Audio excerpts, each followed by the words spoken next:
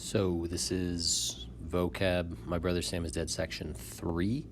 Only 9 words in this list and 9 words in the next one as well. I'll do my best to incorporate some drawing and just a conversation the way that we would normally have to sort of walk away with an understanding of what each of these words mean. So depreciate, the closest description I can give you is the idea of something becoming worth less than before. I made that specific. So it doesn't mean becoming worthless, just meaning like before it had more value than it did.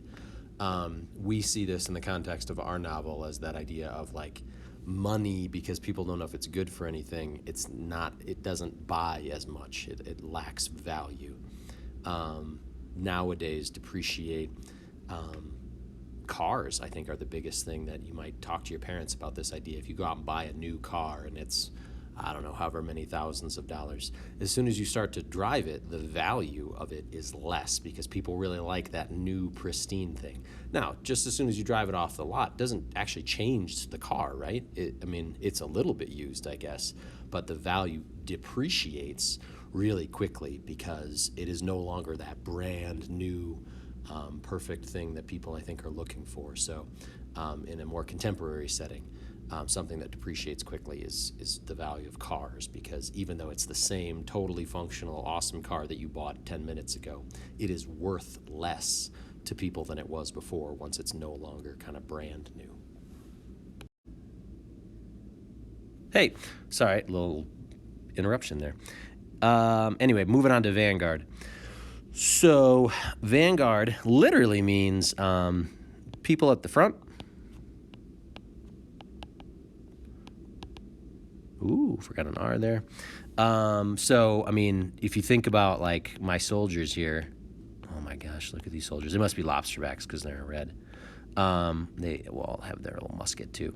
If we're going this way, this dude is in the front. He is the vanguard.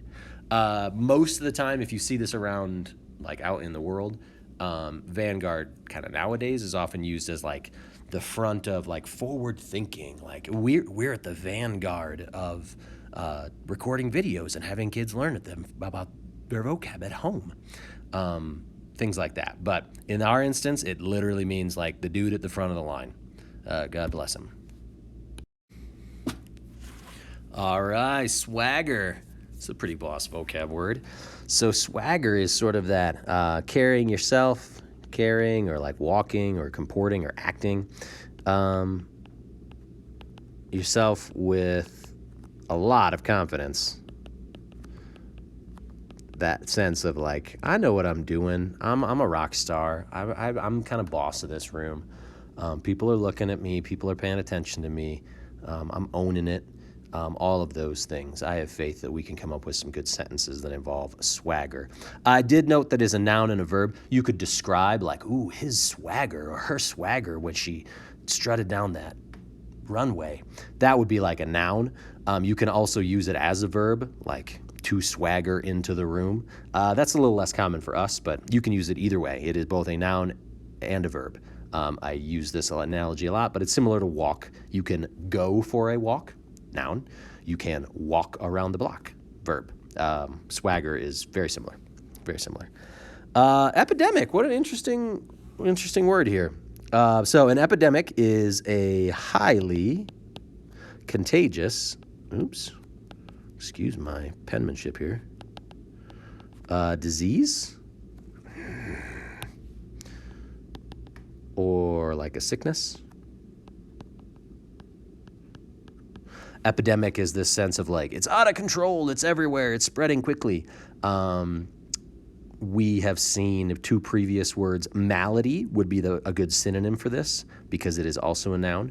You might describe an epidemic as infectious. So we have a couple connecting words here, but I'm sure that we have a hard time relating to this right now. But epidemic, it's a real word. Pledge. The most common place that you hear this is like the Pledge of Allegiance. A pledge is a promise or commitment to do something.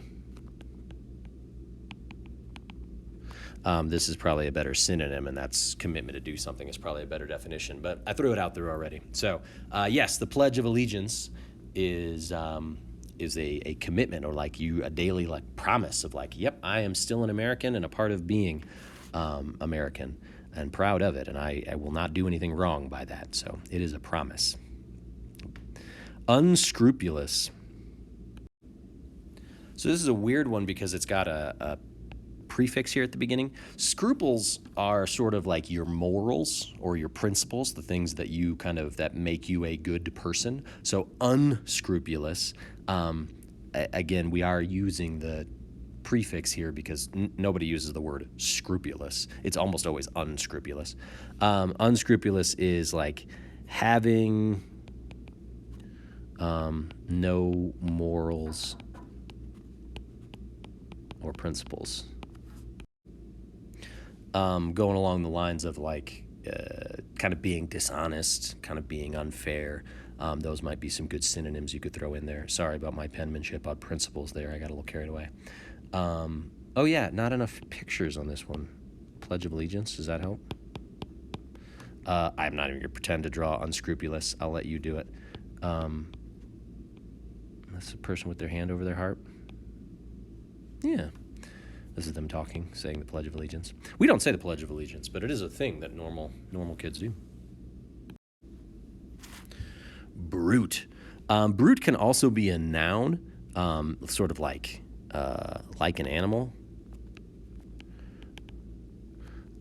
sort of unthinking, forceful. That's where you'll hear it most, is like, you're a brute. But also the more common use is like brute force, that idea of like not really problem solving, not really coming up with a plan, not really kind of thinking things through, just like, I'm gonna plow through this, like this gate is locked, I'm gonna kick it down, instead of like, oh, I could just unlock it, or I could just step over it. Or now brute is just like push through, go, go, go. Badgering, in this one I put the suffix on just so we wouldn't, if you look it up, obviously you get, speaking of like an animal, you get a very important and fabulous creature, often found in the Midwest, which is a badger. That is not our word. Badgering is sort of that persistent, asking for something. It can be a little annoying. That being like intentionally annoying to get your way, intentionally annoying. But badgering is like bothering somebody about it over and over and over and over again. Bothering would be kind of a great suffix. Sorry, synonym for this, if you're looking for suggestions. But I did leave the ing on there to emphasize that it's the verb we're looking for. The action to badger someone is to ask them for something repeatedly. And last but not least, endure. Probably one you're familiar with. To put up with something.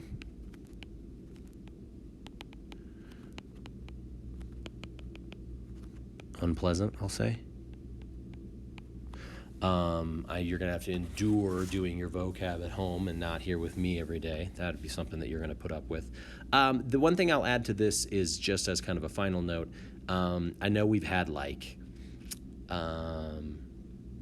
defiance or things that kind of imply like, I'm not going to do this, insubordination, recalcitrance, things like that are like, I'm not gonna push back. Endure isn't that.